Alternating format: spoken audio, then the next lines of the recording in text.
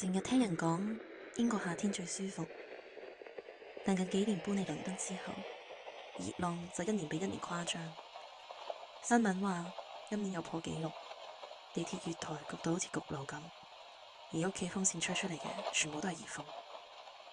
夜晚9點幾，天都未黑透，日頭吸熱氣嘅牆就已經開始慢慢將啲熱氣吐翻出嚟。我坐喺床邊同你煲電話粥，你嗰邊更熱。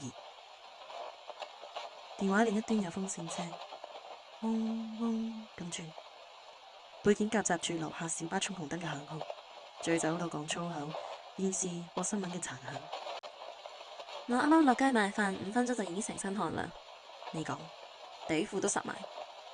我笑咗笑，又唔敢笑得太明顯，因為我知道你唔係誇張。我開始慢慢回想起香港8月嗰種熱。唔係曬死你，係濕焗，係空氣黐住人，係沖完涼5分鐘之後，條頸又開始出汗，係半夜3點瞓醒，胸口黐住張床，開住風扇都覺得自己好似俾人放入蒸籠咁。有時傾下傾下，你會突然靜落嚟，然後低聲講：我老豆返咗嚟啊！佢返嚟後，你就要學識消失咁，好似連呼吸聲都唔應該留低。你爸爸返嚟嘅時候，煙味會先一步入屋。你最憎嗰陣，煙、酒、汗溝埋一齊，就好似一塊濕咗嘅舊毛巾咁遮住你嘅呼吸道。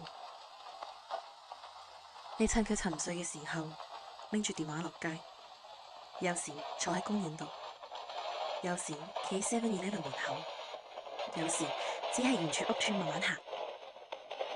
香港夜晚30幾度，你着住件寬鬆嘅 T-shirt，一邊行一邊同我打電話，頭髮黐住喺塊汗淋淋嘅面度，然後隔住個海，只可以聽你慢慢震。怨下屋企啲白鴿阻住你瞓覺，返工啲同事有幾戇居，英國嘅生活啊，講下 BNO 咁，又講如果再等多3-5年，等你照顧埋你媽媽，可能就終於可以正式申請 BNO 搬過嚟倫敦同我住。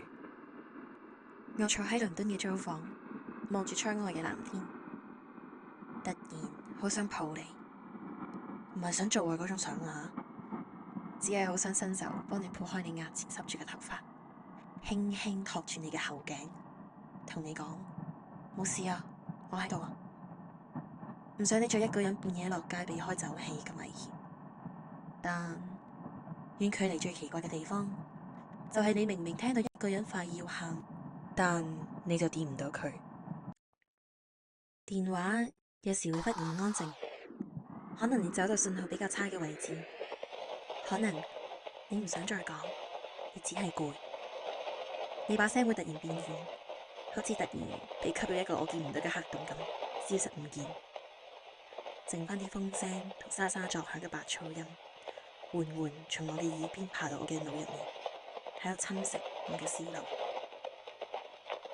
喺呢啲時候，我都會突然唔識講嘢，把聲好似棘住喺喉嚨度。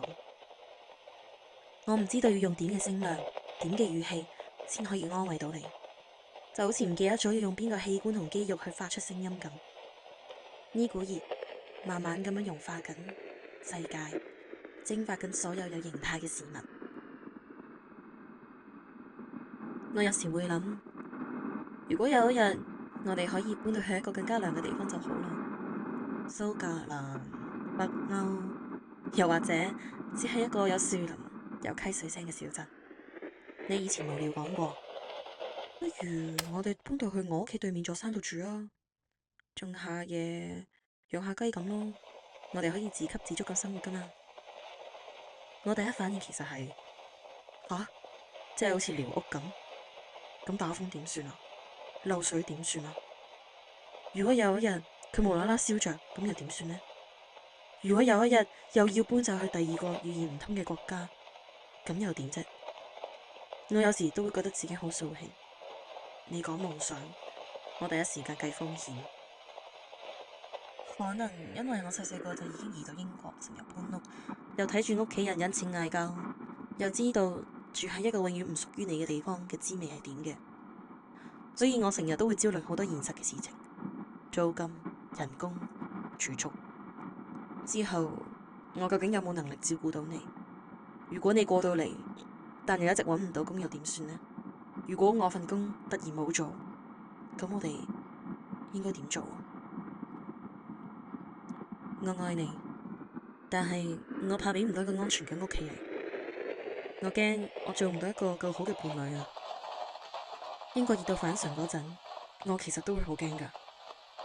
新聞郵報話又有山火、新嘅戰爭、8年如一日嘅能源危機。而今年美伊一開戰，機票都即刻貴咗1折。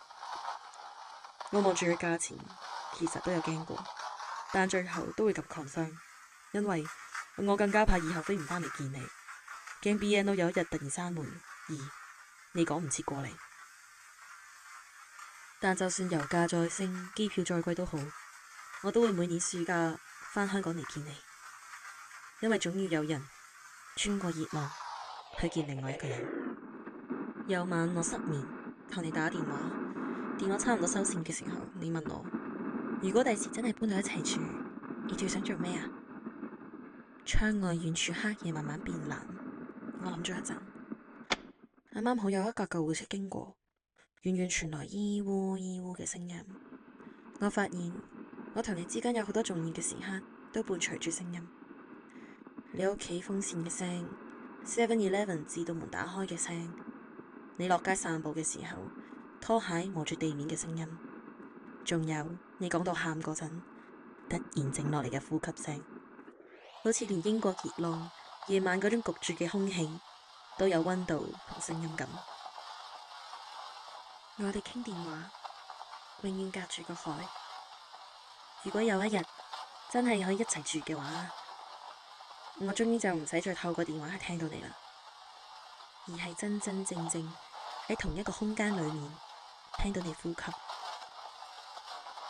我開始覺得人同人一齊生活耐咗，會慢慢生成一種屬於彼此嘅背景聲，可能係雪櫃夜晚運轉嘅低鳴，或者我煮緊麵嗰陣，你喺後面開風扇擰頭嘅聲音。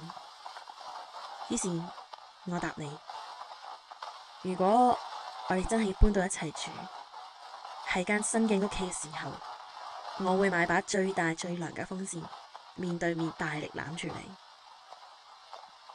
熱浪冇令我習慣炎熱，只係令我越嚟越清楚，我有幾想同你生活喺同一個夏天。